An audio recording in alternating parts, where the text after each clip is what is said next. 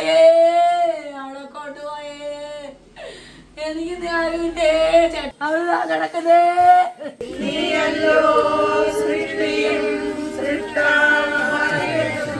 ഭയങ്കര ഒരു ഇതായിപ്പോയി. എൻ്റെ സ്വന്തം പെങ്ങളാ, അളിയൻ മരിച്ചുപോയി, മോള് മരിച്ചുപോയി, അവനും കളഞ്ഞിട്ട് പോയി. ഇടിമിന്നലേറ്റ് മരണപ്പെട്ട അമ്മമാരിൽ ഒരാളായ രജനിയുടെ വേർപാട് 2 വർഷത്തിനിടെ ഈ കുടുംബത്തിലുണ്ടായ 3ാമത്തെ ദുരന്തമാണ്. പുനലൂർ മണിയാർ സ്വദേശികളായിരുന്നു രജനിയും സരോജവും, ഉറ്റ സുഹൃത്തുക്കളും. പറമ്പിലെ കാട് വൃത്തിയാക്കുന്ന ജോലിക്കിടെ ഇടിമിന്നലേറ്റാണ് ഇരുവരുടെയും ജീവൻ പൊലിഞ്ഞത്.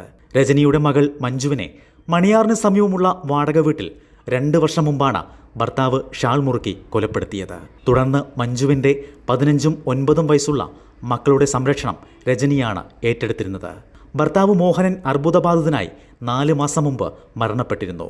ഇതോടെ കുട്ടികളുടെ ഏക ആശ്രയമായിരുന്നു ഇവർ. അമ്മൂമ്മയുടെ മരണത്തോടെ ഈ കുട്ടികളുടെ ഭാവിയാണ് ചോദ്യചിഹ്നമായി നിൽക്കുന്നത്.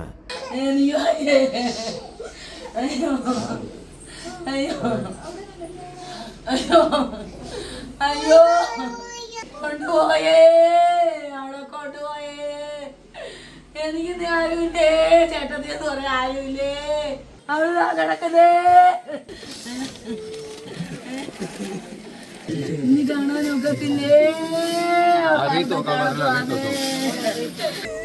അയ്യോ അയ്യോ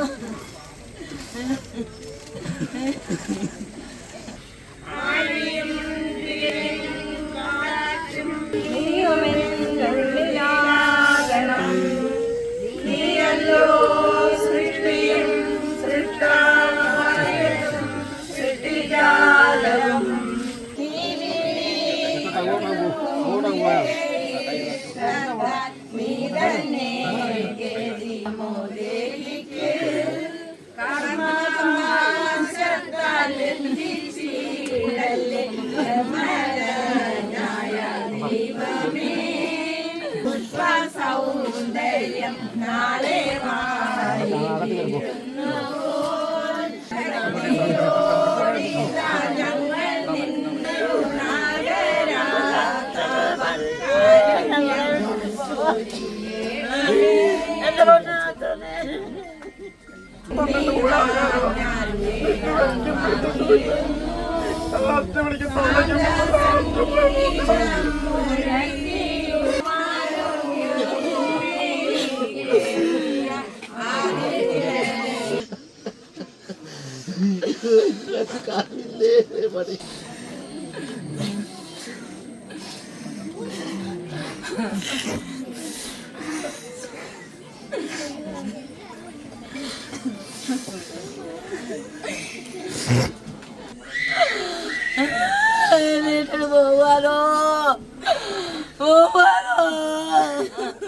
തൊഴിലുറപ്പ് ജോലിയിൽ നിന്നുള്ള തുച്ഛമായ വരുമാനം ഉപയോഗിച്ചാണ് മഞ്ജുവിൻ്റെ മക്കളുടെ വിദ്യാഭ്യാസം അടക്കമുള്ള കാര്യങ്ങൾ രജനി നോക്കിയിരുന്നത്.